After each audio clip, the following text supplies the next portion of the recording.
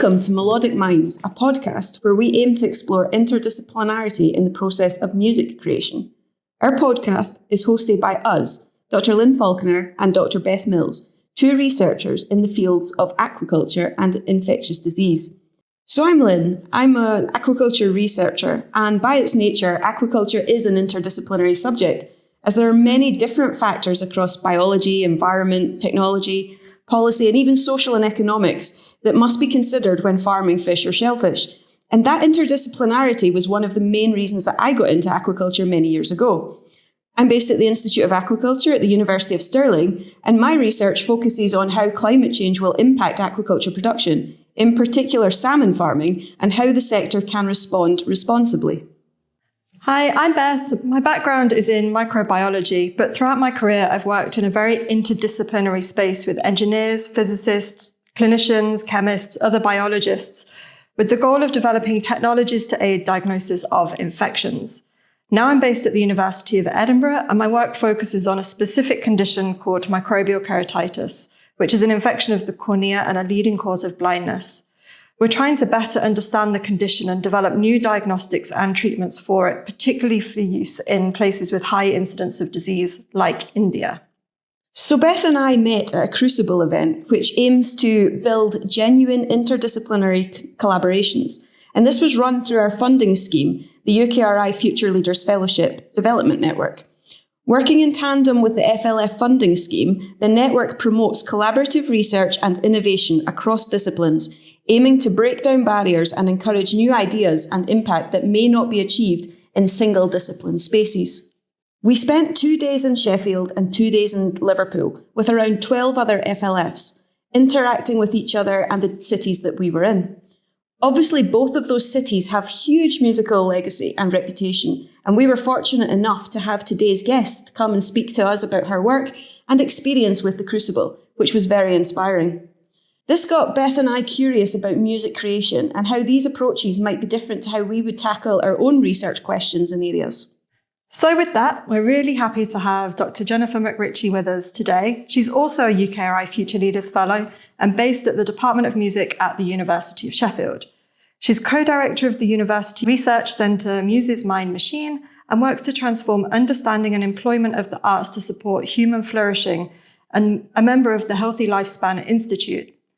As of October 2025, Jennifer will also lead the EPSRC-funded Bridges for Dementia Network Plus, which looks to develop technologies to support independence in dementia over 4 key areas: indoor and outdoor spaces, art, sports and culture, in-person and online communication, and digital technology translation. The key aim is in co-designing new technologies alongside people with lived experiences of dementia so that they are supported and empowered to live their lives in the way they choose. Jenny has a background in electrical engineering, music, cognitive science, and collaborates with academics across fields from engineering, music psychology, music therapy, physiotherapy, and nursing, and external industry partners, including those in aged care, music education, and local health. She's held positions at the University of Glasgow, the Music Conservatory in Lugano, Switzerland, and Western Sydney University in Australia, taking up her FLF at the University of Sheffield in 2021, where her work focuses on designing new musical technologies for older adults, particularly those living with dementia and their carers. Over to you. We might just kick it off with actually maybe a good introductory question, which is, what actually does the term interdisciplinarity mean to you? Well, first of all, thanks for having me along to your first podcast session. I feel very honoured.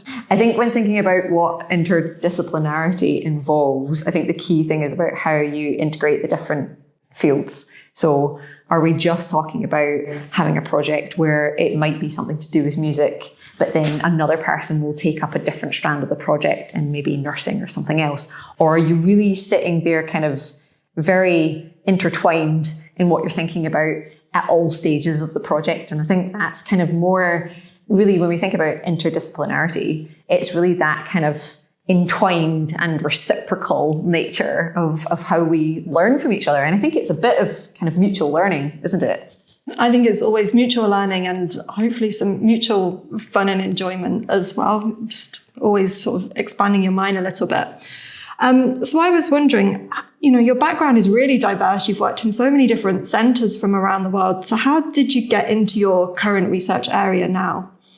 Yeah, so I think this kind of being interested in many different disciplines, I guess, is something that has always been a feature for me. Like when I was in high school, I was very keen musician, but I was also really taken with kind of physics and experiments and testing out hypotheses and measuring things. And I think initially it was hard to see how those two things would mesh. I was very fortunate that actually in the University of Glasgow at the time, they ran an electronics with music masters in engineering, which purposefully kind of entwined these things together. It wasn't just you did engineering in the engineering faculty and music in the music faculty, although there was a bit of that, but there were certain topics that would actually really cross over the two of them.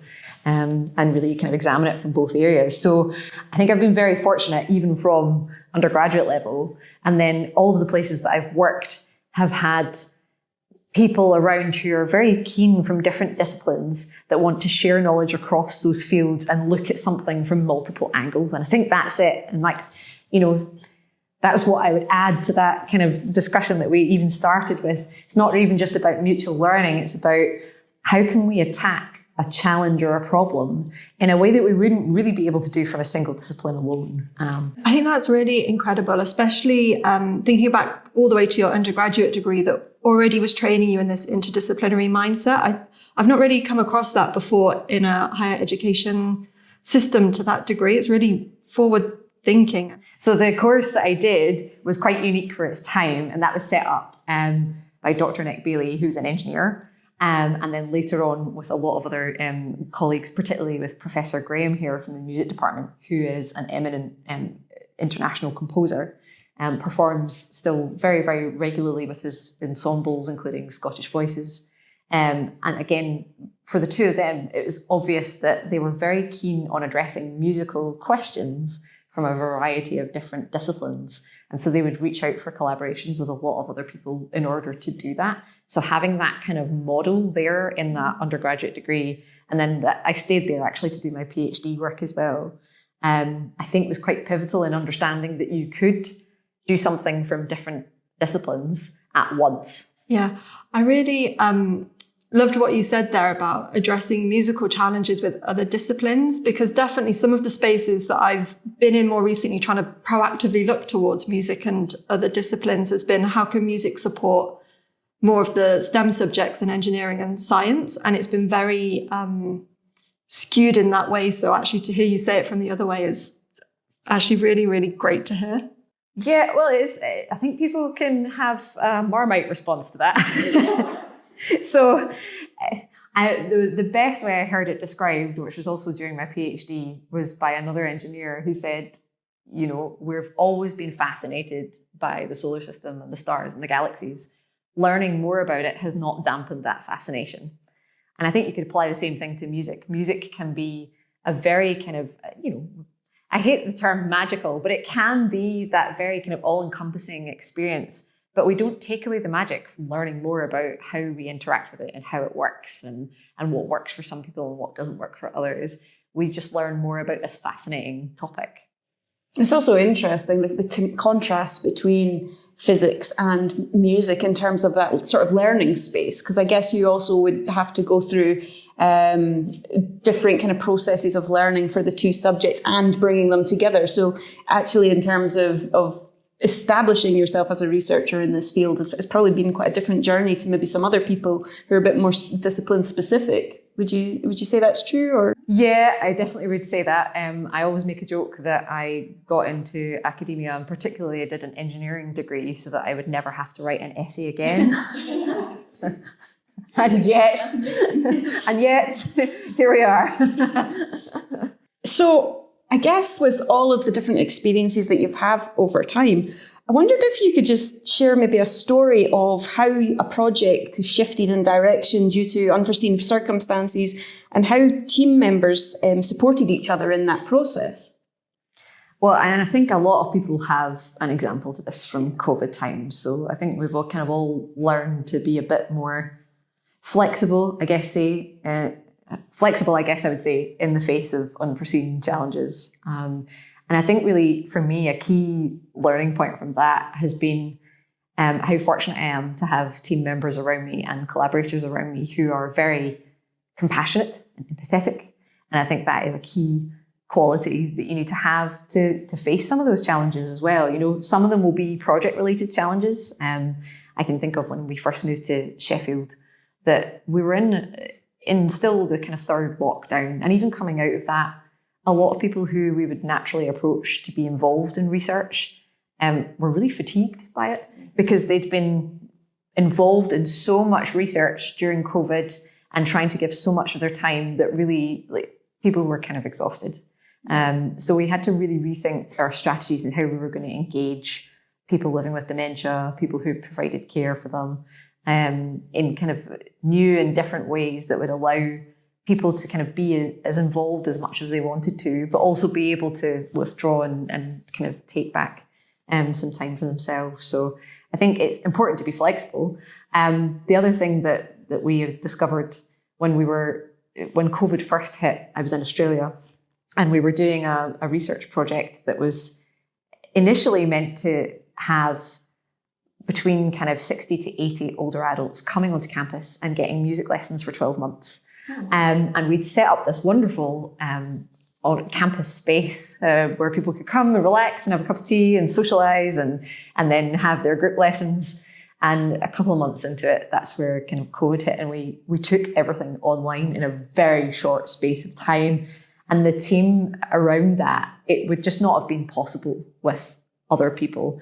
The team had so much expertise that they pulled on in terms of how are we going to translate. It wasn't just we're going to do lessons online through Zoom. All of our battery of cognitive and behavioural tests, we had to quickly figure out how we're going to do half of these online. Do we have to give people patches that we would run on their home computers?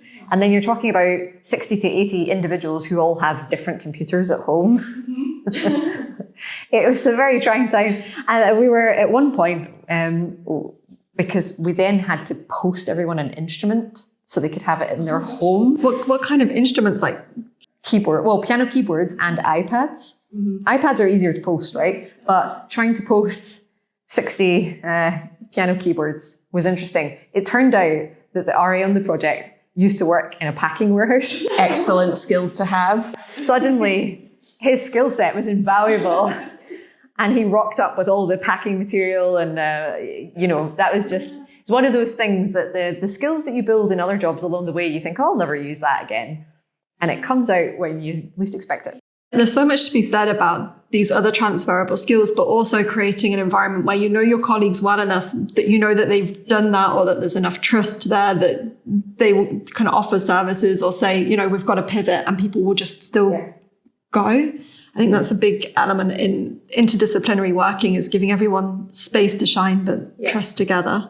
Yeah. And I think, being able to take those leaps and people feeling supported to follow you in taking those leaps. I think that's the kind of key thing. But coming back to I think compassion is the biggest one because, people were experiencing so many changing factors in their lives. And, even thinking personally from the FLF, I've had a maternity leave where I've had my second child. I've also experienced the death of a parent. So there's, we've gone the full gamut from life to death in 4 years. And that's just me we're talking about. And we work with so many different people. So at the end of the day, the first thing we are is human. Absolutely. One of the things I quite often say is you never know what somebody else is going through at a time. And even what might be a small interaction for you could actually be a very big thing for them because there could be so many other things. And certainly when you're working with people across different disciplines or stuff, there can be work-related stuff, but there can be personal stuff. Just like you say, we're all humans. So I think that's a really interesting insight. And compassion is definitely something that helps kind of with that interdisciplinary process, but actually just with research and day-to-day life as well. And I think, and maybe this is just me, I've never had a research project that goes exactly to plan. It's maybe something we don't talk about as much as we should do as to how to start with a plan and then how to grapple with reality. Yeah, absolutely agree. I think if we could talk more about things like, it didn't go well or there was failure, that actually probably would advance things a lot more and also would actually help them break down some barriers. Yeah, and definitely those perceived failures which aren't really actually allow you to get more creative and draw on your resources and have actually they're sometimes the more fun things to try and problem solve. And again, in the interdisciplinary space, like when you're kind of saying, kind of taking physics and taking music and sometimes you don't know what is going to happen there. So you have to be open to something not going as expected, because that could then open up a door to something else. So thinking about projects changing, one of the key things I've done in my FLF that I didn't do a lot of before was participatory research. And so interacting a lot with people living with dementia and really trying to open that door and open my mind in terms of what their experiences might be like and what might be the best research design, methods, tools, outputs that would really impact a person's life here. And I must credit like the amazing people that we work with in Sheffield that have just changed our whole team's perspectives on what research in this area could be. I think when we first started off, you could have criticised us for maybe planning to make another light up keyboard that would, how are we going to make a new musical instrument to engage people living with dementia? Even my husband would joke with me, are you just going to pull out a Bop It one day? And like, that's going to be your answer? My favourite thing as a kid was Bop It. One time I even completed it. Well, that's impressive. But I think if you think from only one perspective and you say, I need a musical tool, I need it to be simple to use and people will engage with it, you might end up with a Bop It. Now, that's not to talk the Bop It down. It can be a lot of fun, but it's not everything that musical engagement is. And I think the FLF really allowed us to spend lots of time kind of deeply engaging with people living with dementia to get a better understanding of the really diverse goals and wants and needs that someone, at the end of the day, someone living with dementia, that's just their diagnosis. It doesn't take away the fact that they are an individual. Yep, with their own preferences, thoughts, and lived experiences as well. Yeah. So interacting with people in that participatory sense has massively changed our project. And it's really trying to keep accountable to both what you have designed in terms of gaining funding in the first place, but then also in that responsibility to the people that you are saying are the beneficiaries of your research. Yeah, I think challenge-led research is something that probably all three of us have in common, and that's the ultimate goal and prize of what we want to do. So the things that you do along the way to get towards there, as long as they're sensitive and driven by the end need and goal, then that's where you can bring in these different streams of work and disciplines and people that can come in and support. And as long as you're open-minded to it, I think that's a massive benefit. And I also think with you're mentioning the FLF's allowed you to kind of take the time to actually spend with the people that are involved across the different aspects of your research. Mine as well. And I think that long-term funding kind of has actually really opened the doors into different ways to actually engage, rather than you just one-way research, kind of that you're kind of taking everything. It is much more of that, okay, well, how can we benefit the community? And your work in Beth as well in India is also an example of that. So I guess you've already alluded to this a bit in terms of similarities and differences between the different disciplines that you've experienced. And I'm just wondering if you can talk to sort of, well, maybe a bit more on some of those similarities and differences to sort of answer that. You're kind of putting people into monolith groups, right? And every single person interaction is different. And it's one of those things that is a question that you would think to ask, but then when you come to it and think of all the people in the different spaces, actually, I think it's pretty difficult. And I think, being a typical music academic, I would just say, well, what kind of music are you talking about? Because, are you talking about the act of performing a pre-composed score? So you're learning to play a Beethoven sonata, and this is you performing it. Are you talking about improvisation and we're both sitting there with instruments and trying to bounce off each other and create some new material in that moment? Or is it something more akin to kind of popular songwriting where you're kind of really going over those ideas and trying to refine them? So I think even thinking about the similarities of how do you create something, are we talking about in that particular moment? And we've talked about those kind of flexible changes that I think you have to be responding in those moments in doing research. And I think when I was thinking about this question, I did think about, I did actually take a songwriting class that wasn't part of my original training, but it was something I'd always wanted to do. I had the opportunity to do that in Sydney, and they ran kind of night classes for adults. So the wonderful Kepi Coots ran a songwriting class in Sydney. And something that she was trying to break down was this idea that when you songwrite or you create something, it just comes down from above as this divine inspiration. And it just kind of pops into your head one day, and that's it. You've written a wonderful song. And she was kind of saying, well, for some people that might kind of happen, but it might not happen reliably. And so to get that reliable hit after hit, you've got to have that toolbox of how am I going to create something really meaningful? And how do I spend time and keep coming back to that and play around with those ideas? So I guess, if I was thinking about a kind of tie-in, I think that would be the one that would be for me. Yeah, I'm really glad that you said that about what do you mean by music creation and the different sub-disciplines within that, because that's something that Lynn and I were talking about when we were kind of coming up with this concept of the podcast, because, we said in our introductions, we work with engineers or clinicians or different people, but of course there's nuances and sub-disciplines within that. And part of what we were talking about was, we know nothing about music creation as, in general. And we were talking about, well, if you're improvising and how do you go backwards and forwards with each other, or, songwriting versus creating the instrumental music, if that's the right term, or how the composer works or the production. So actually, we'd love to just learn more about all of that. And hopefully that's something we can do through this series as well. Because to us, we love listening to music. That's partly why we came up with this concept. We were in these great musical cities and we were talking about the different bands we like. And then we thought, how do they even do that? Yeah. And that solo versus that band and group kind of performance, which again, sometimes relates to research as well. Absolutely. I'm very much a group performer.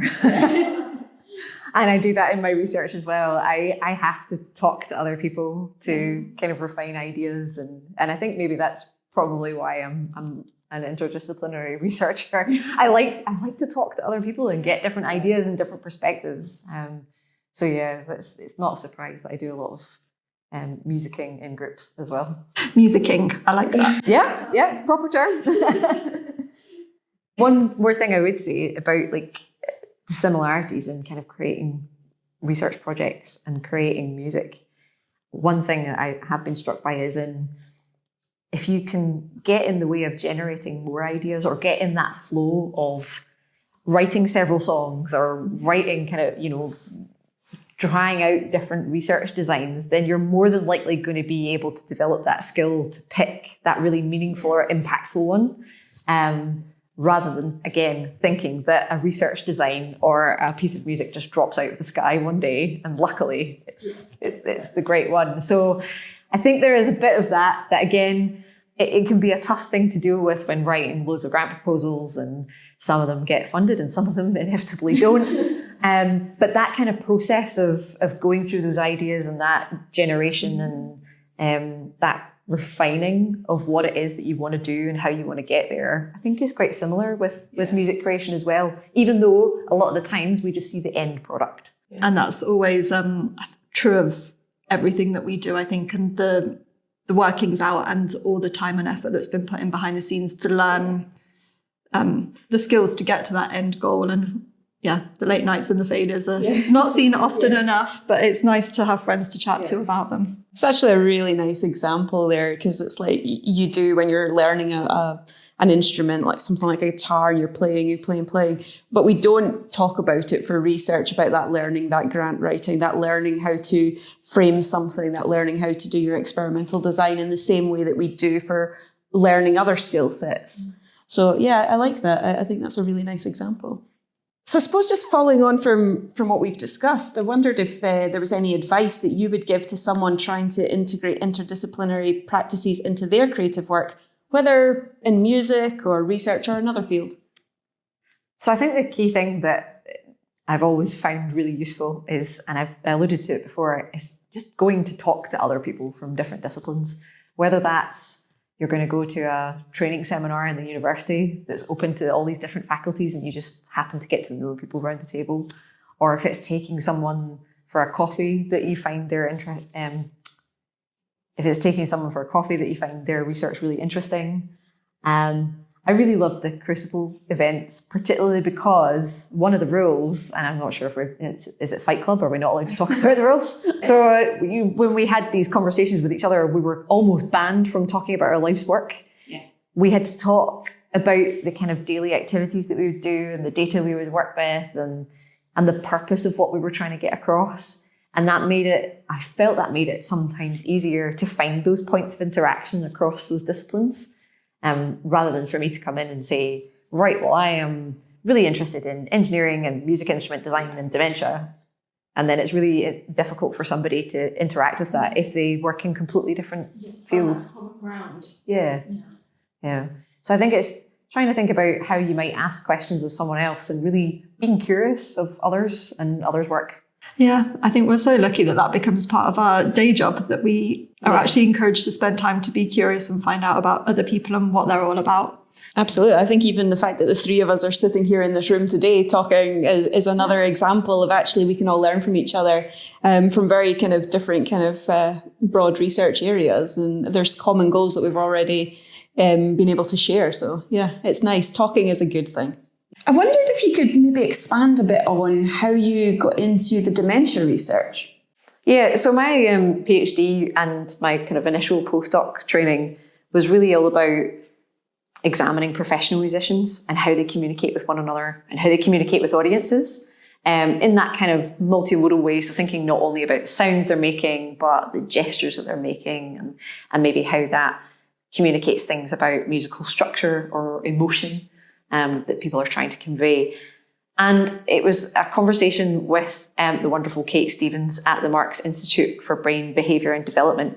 And she was the one who would repeatedly go, but what are you trying to impact? What are you trying to change?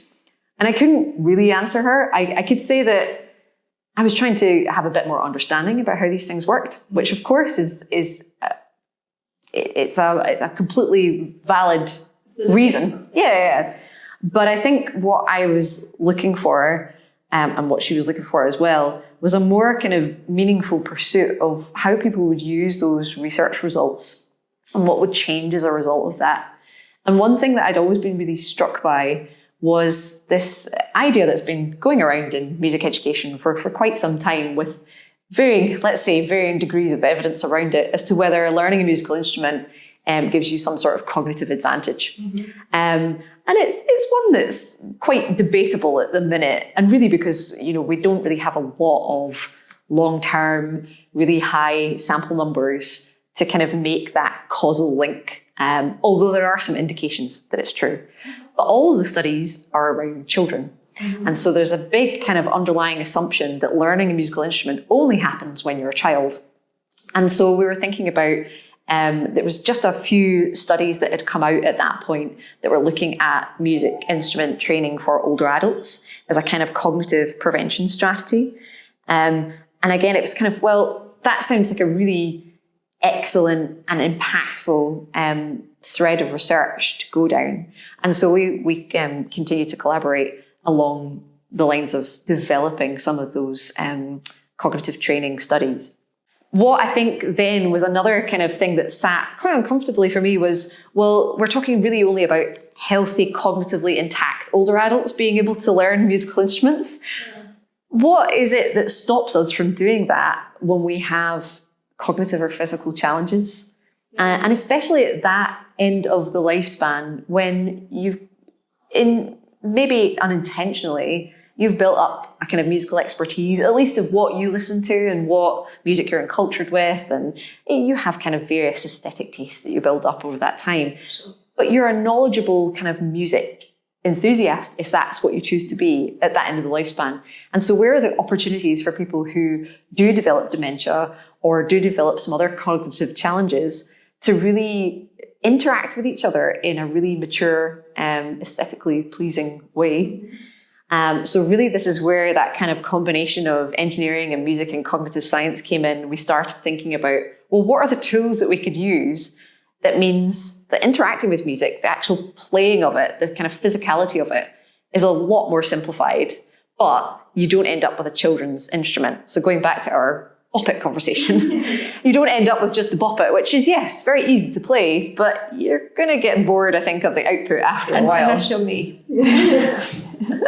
Again, there's always a place for the bop it. But I think we've started to think about, what could all of these technological advancements offer us in ways to really kind of open up that access to music.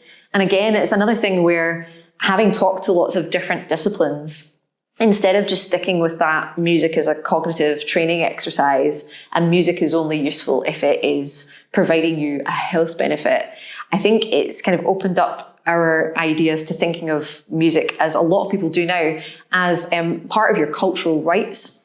So kind of thinking about your human rights as an individual and being able and supported to interact with culture.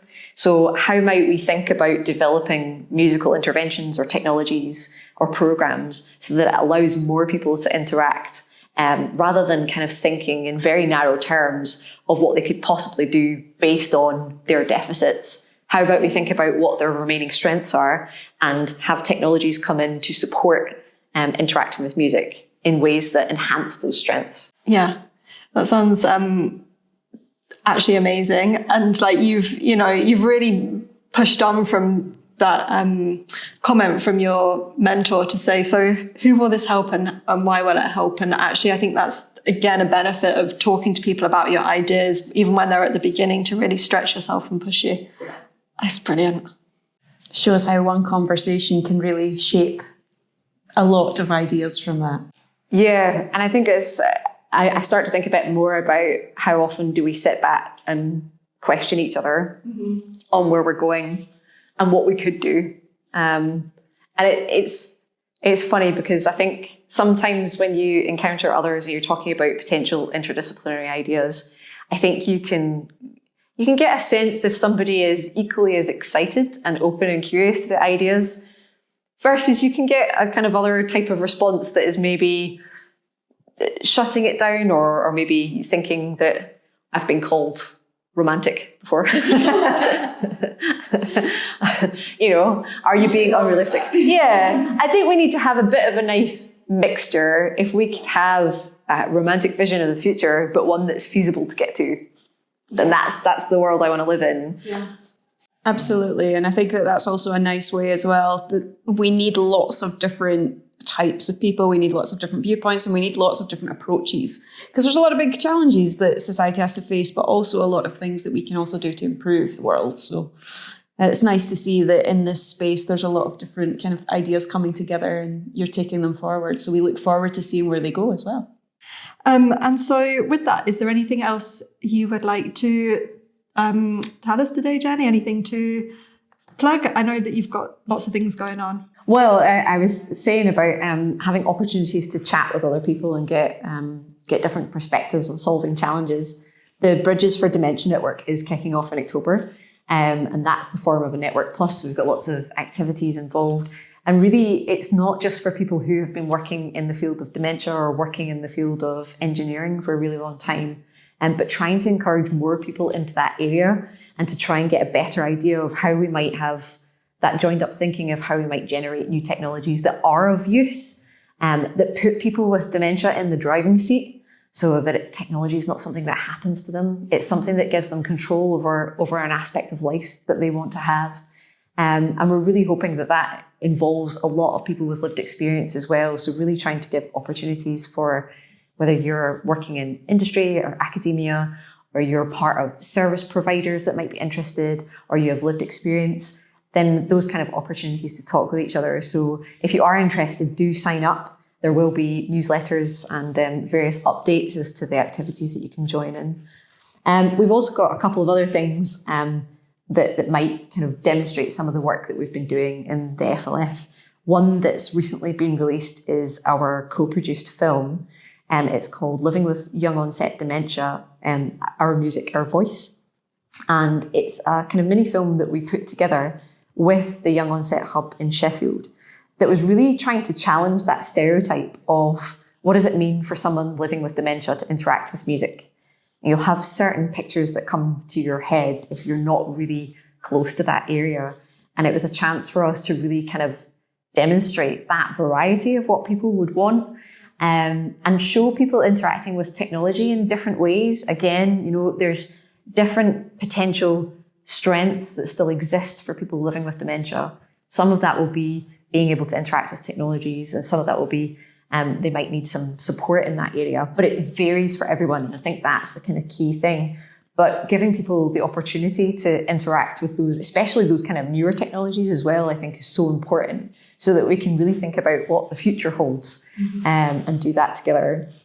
We do have a project website if anyone wants to find out more. We've got a few films on there that can really show you the types of things we're interested in. Great. And we'll make sure we put the links to the websites when we upload the podcast, so you can find Jennifer and all of her work there. So I wonder if we could just end on maybe something that's quite a difficult question, perhaps the most difficult question out of the lot today. But what piece of music means something to you and why? I think this goes to the key challenge in my research area. If you try and ask someone if you could only interact with one piece of music, what would you choose? That kind of desert island disc question. It's actually really difficult to whittle that down and say that, you know, I'm going to be in this mood or want this thing from music for the rest of my days. I mean, I kind of have varied tastes as well. I do a lot of classic music performing and listening, but then I also really love artists like Prince or Chapel Roan or Apocalyptica is one of my favourites, with 4 classically trained cellists. Originally did covers of Metallica music and now do their own original stuff as well. So yeah, you know, talking about crossing genres and interdisciplinary, that seemed to fit quite a lot. But I think that's it. It's like trying to think about what your favourite music is. It's almost as bad as trying to pick your favourite food, right? I think it's harder, to be honest. Thank you for coming across to Edinburgh today to actually record in person. It's been so nice to see you and spend some more time with you. And thank you for having me. It's been really great to just have a nice conversation about these things, really. Absolutely, it's been fun. This has been Melodic Minds. Thank you so much for joining us today. This podcast is executive produced by me, Beth Mills, and Lynn Falconer. Our producer is Paula Gomez, with sound engineering and mixing also by Paula Gomez. We're supported by the UKRI Future Leaders Fellowship Development Network. Special thanks to our guests, listeners, and everyone who makes this possible. If you enjoyed the episode, please rate, review, and subscribe from wherever you get your podcasts. Drop us a message at melodicminds@gmail.com or find us on socials at Melodic Minds.